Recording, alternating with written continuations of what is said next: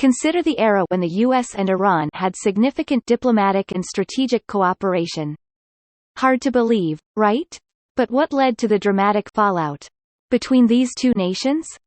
Greetings everyone, today we'll uncover the intricate history between the US and Iran, from their close ties to the assassination of Qasem Soleimani. We'll explore the role of oil, political shifts, and the ever-changing global landscape that has shaped their relationship.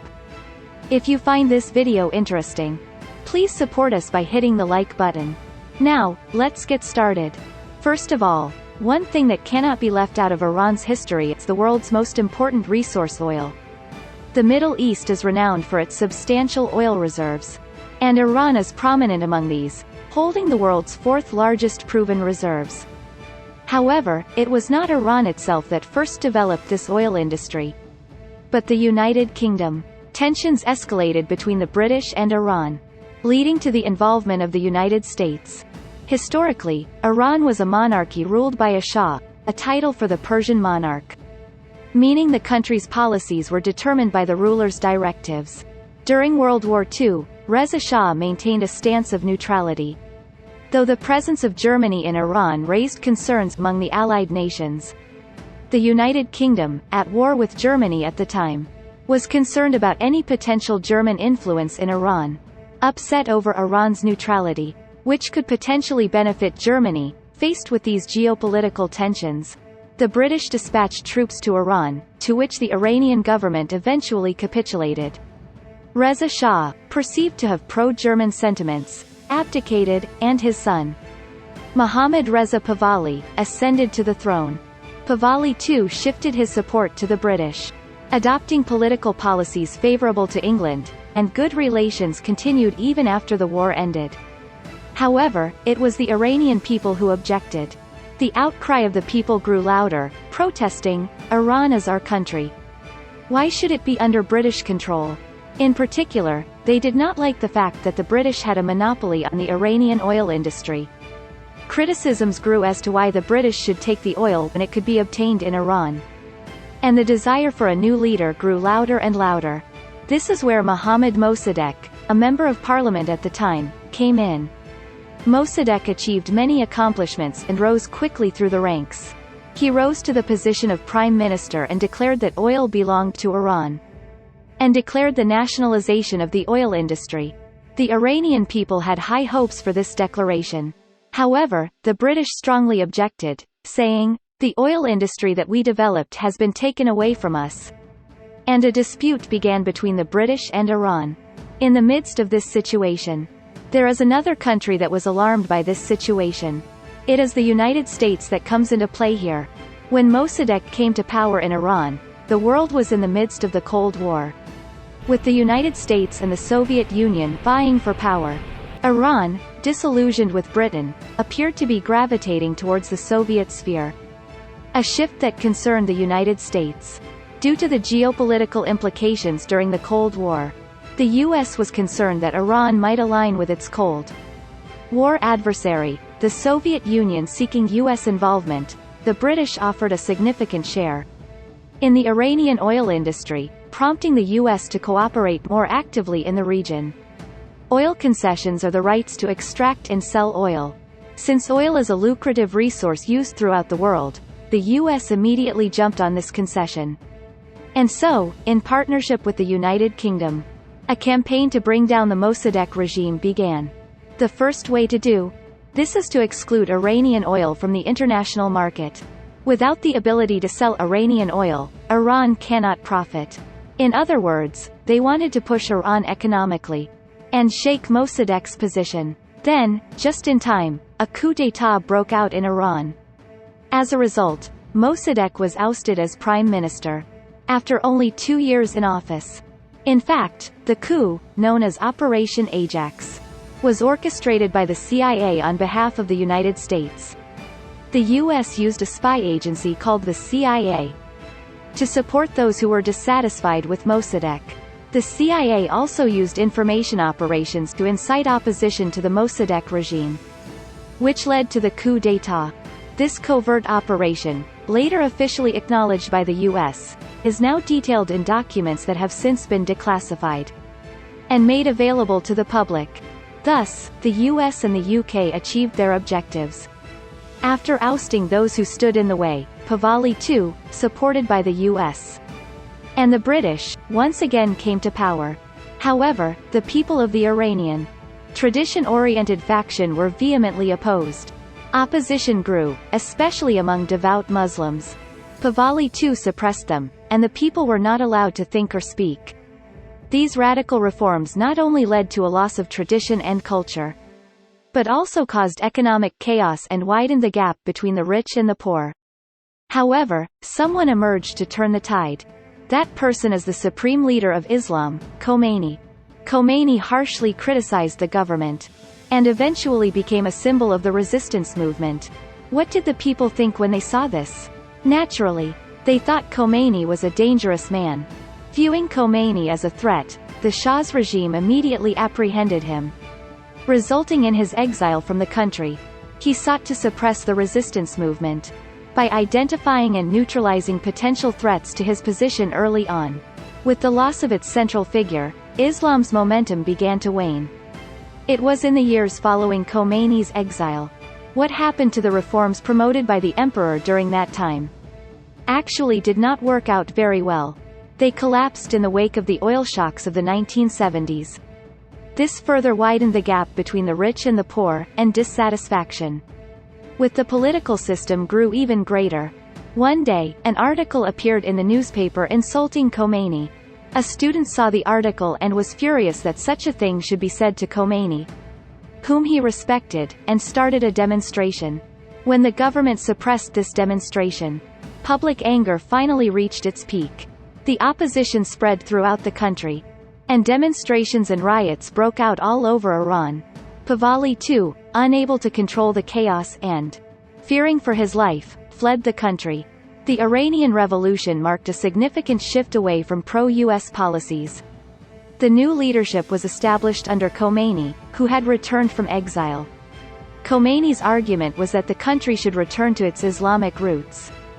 This claim gained great support, and a new country, the Islamic Republic of Iran, was born. In other words, it marked the birth of a new governance structure, blending Islamic principles with certain democratic elements. Thus, the long rule of the emperor came to an end, and Iran became what it is today. However, the new Iran did not forget the bitterness it had suffered at the hands of the United States. Therefore, it now adopted a policy of rejecting the United States. This policy was demonstrated very clearly in the Iran-US embassy hostage crisis. The catalyst for this was Pahlavi II, who was forced to flee the country. Pahlavi II fled and tried to defect to the United States, which had been cooperating with him. When the US accepted his request, the students and people of Iran reacted angrily. The angry people finally resorted to violence and attacked the US embassy in Iran. They took 52 hostages, including embassy staff and soldiers guarding the embassy, and holed up. Since the embassy is a diplomatic mission in a foreign country, the Iranian government is obligated to protect the embassy. However, the Iranian government, which hates the US, supported the incident rather than stop it.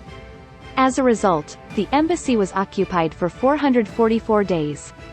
The incident was reported daily in the US and caused a huge outcry against Iran. However, amidst this year-long embassy crisis, another significant conflict was unfolding in Iran. Iraq, Iran's neighbor, has advanced militarily into Iran. This is related to a complex issue involving religion. Both Iran and Iraq are Muslim countries, but Islam is largely divided into Sunni and Shia denominations, and there has been historical tension between the two. 90% of the Iranian people are Shiites, while Iraq's regime is Sunni, but its people are Shiites.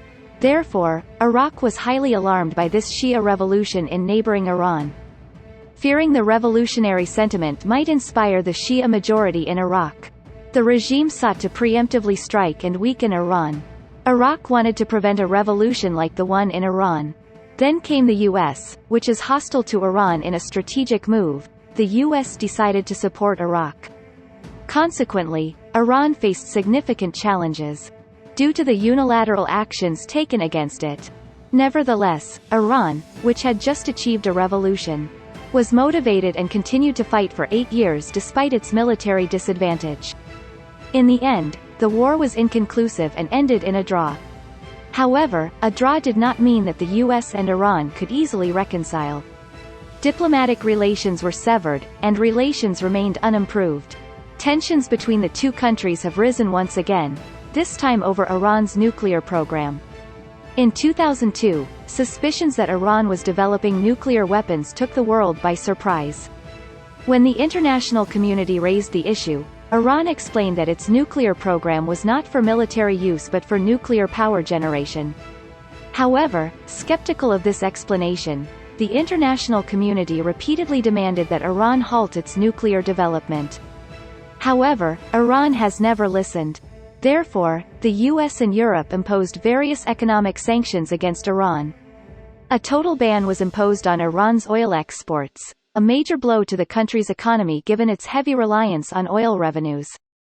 The international community expected compliance from Iran with these stringent measures. But instead, Iran threatened to blockade the Strait of Hormuz in retaliation. The Strait of Hormuz is an important place through which more than 30% of the world's ships carrying oil pass. A blockade of the Strait of Hormuz would have severe repercussions, disrupting a significant portion of the world's oil supply and potentially harming the global economy. In response to this threat, the US issued a stern warning that severe repercussions, including potential military action, would follow, thereby escalating tensions between the two nations. Now, there is a man who changed this situation. That person was then US President Barack Obama. He wanted to somehow stabilize the important oil-producing region, so he lobbied other countries to improve relations with Iran. The result was the Iran nuclear agreement. The agreement included the United States, Iran, Russia, the United Kingdom, France, China, Germany, and other major countries.